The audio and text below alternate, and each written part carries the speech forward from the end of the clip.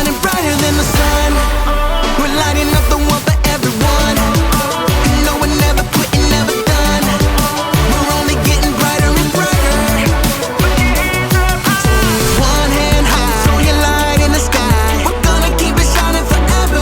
Whoa, whoa. It's brightest when we're shining together. This little light of mine, I'm gonna let it shine. And in the darkest night, I'll be the brightest. No covering up, no shutting it down, no blowing it out. I'm gonna let it shine. This little light of mine, I'm gonna let it shine.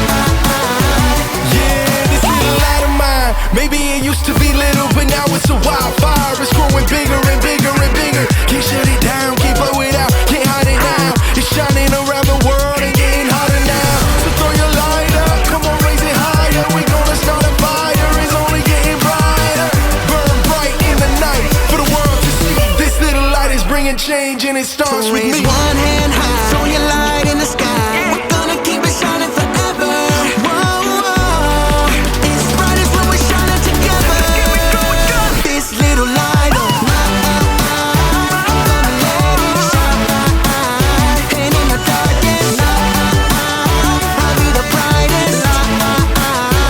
No covering up, no shutting it down, no blowing it out. I'm gonna let it shine. This little light of mine, I'm gonna let it shine. This little light of mine, I'm gonna let it shine. And in the darkest night, I'll be the brightest. No covering up, no shutting it down, no blowing it out. I'm gonna let it shine. This little light of mine, I'm gonna let it shine. No shutting it down, I'm gonna let it shine.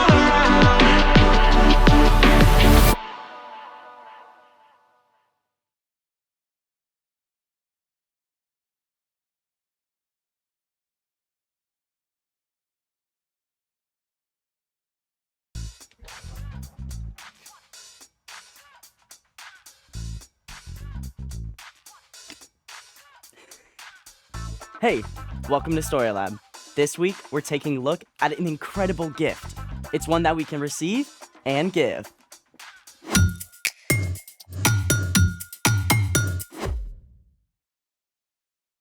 Hey, I'm Skylar, And I'm Sebastian. and this month we're talking about how trusting and following Jesus changes the way we treat others. So we can, live right, You seem distracted. I guess. Anything you want to talk about? No. I mean, it's not that big of a deal. I did terrible on a test and I gotta retake it. I'm sorry, that's rough. And then my dog is kind of sick. Oh no. Yeah, and it's making me feel sad. Well, I can't make those things better, but maybe we can do something to take your mind off of it. Yeah? Ever seen a lava lamp? Lava? Not that kind. Oh, right. Lava lamp. I think my dad had one of those back in the Dark Ages. Yep. And we're gonna create our very own lava lamp to brighten your day. Alrighty then. Let's make it. For our lava lamp experiment, you're gonna need some things that are probably already in your kitchen.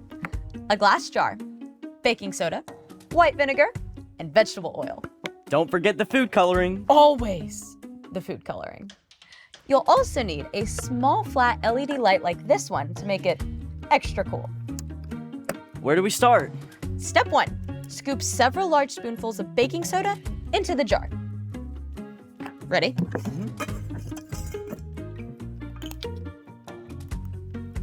One, two, three. Step 2, pour vegetable oil into the glass jar and fill it most of the way up, but leave a little space at the top.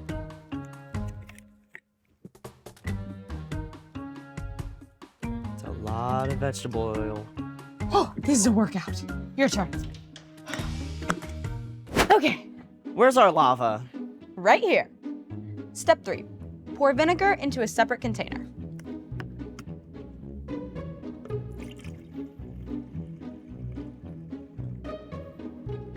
All right. And then squeeze some food coloring into it. How much? Lots. About 15 to 20 drops. That'll do. What's next? Step 4. Turn on the LED light, but first, turn all the surrounding lights off.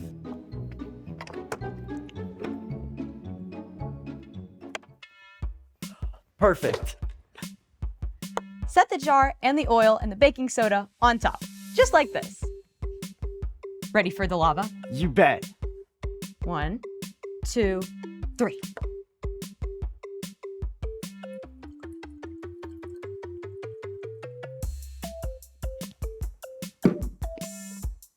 So, when is it supposed to, start happening? Give it a second. You can already see the bubbles going up. It's very calming. I still feel a little sad, but not quite so spun up. Very comforting. Speaking of, it's time for The story before the story. Today we're in the book of 2 Corinthians. 2 Corinthians is one of the 21 letters in the New Testament. The leaders of the early church wanted to teach Jesus followers what was true, and they often wrote letters to do that. The Apostle Paul sent several of these letters to the believers in the church at Corinth. Paul had visited Corinth on his second missionary journey to tell people about Jesus. Later, Paul learned that some people were speaking against him. There were divisions in the Corinthian church. Paul wrote a letter to encourage them to get along and stay strong through hard times. Which is where our story starts. Take it away. Hey everyone, I'm Erica. During his ministry, the Apostle Paul traveled to dozens of towns and cities. People who like to do the math think Paul probably walked 10,000 miles during his journeys. You heard that right? 10,000! And you thought hiking 2 miles with your family was rough. But even though Paul visited so many places and started so many churches, he didn't forget the people he met, like the believers in the Corinthian church. Paul had spent more than a year in Corinth, and when he heard there was trouble among the Jesus followers, he sat down immediately to write them a letter. May God our Father and the Lord Jesus Christ give you grace and peace. Now, some Corinthian leaders were saying Paul wasn't really led by God's Spirit. They said Paul had faced so much trouble, it had proved that God wasn't really with Paul. What? You can bet Paul had some strong things to say about that. Give praise to the God and Father of our Lord Jesus Christ. He is the Father who gives tender love. All comfort comes from him. He comforts us in all our troubles. Now we can comfort others when they are in trouble. We ourselves receive comfort from God. Paul couldn't wait to set the record straight. God is always with us, no matter what we're going through. And God is the source of all comfort. We're going to take a look at 3 words from these verses. First up, troubles. We live in a broken world, and every single one of us experiences hard times. Maybe some kids at school have been saying mean things about you. Or you're really struggling with reading. Or maybe your pet guinea pig didn't make it. Truth is, we can't escape trouble right now. Jesus told his friends, "In this world, you will have trouble, but be encouraged. I have won the battle over the world." This brings us to our second word, comfort. All comfort comes from God. We can first take comfort in knowing that in the end, God will make everything right. But let's be real. When you've just scraped your knee or had a fight with your brother, sometimes it's hard to think about the big picture. So, what does comfort look like? Well, you can start by remembering that God is with you, no matter what's going on, and ask for help. God, this really, really hurts. Please help me. Sometimes, God will simply give you a sense of peace in the middle of it all. But often, God comforts us through other people. I'm sorry you got hurt. It's gonna be okay. We'll get you something to put on that right away.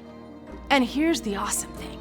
Just like God can work through other people to comfort you, God can use you to comfort others. As Paul told us, God comforts us in all our troubles. Now we can comfort others when they're in trouble. Not only is God with us in difficult times, but what we go through is not wasted. When we receive comfort, we learn how to give it to others. Comfort can look like a lot of things. You can comfort someone with your words. I'm really sorry that kid was mean to you. You can comfort someone by offering help. I'm gonna get us a snack and then I'll help you tell Mom about it. And sometimes, the best way to comfort someone is simply by being present with them, even if you aren't sure what to say or do.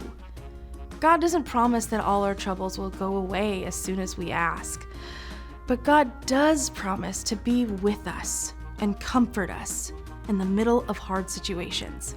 And once we've received comfort from God, then we have the amazing opportunity to see what others need and offer help, compassion, and comfort. The end. I never really thought about how all comfort comes from God. Yeah, like when my mom comforts me when I'm upset, it's because God gave her comfort to share. And then you get to pass that comfort on to others. It's an endless loop. Exactly, you're not wrong. So, what's our part in the story? I'm so glad you asked. Well, God sees when you're in trouble and gives us comfort and compassion. Compassion is caring enough to do something about someone else's needs.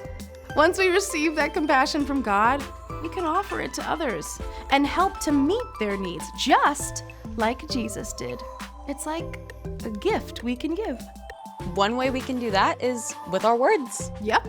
You can start by reminding someone who needs comfort that God is always with them and that you're there for them too. You could even remind them of another time they overcame something really hard. You can also comfort others by offering help. Like, if your friend is sick, you could give them a stuffed animal to hold. Or tell them a funny story. Or, if your friend is hurt or really upset, you could even ask a grown-up to help. And don't forget, sometimes the best way to offer comfort and compassion is simply to be present with someone. Even if you don't know what else to do. Or, what to say. I think you've got it.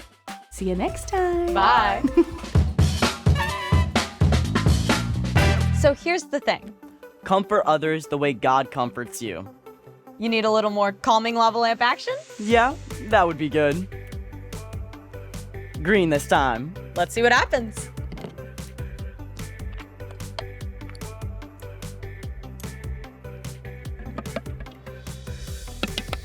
All right, ready? Yeah.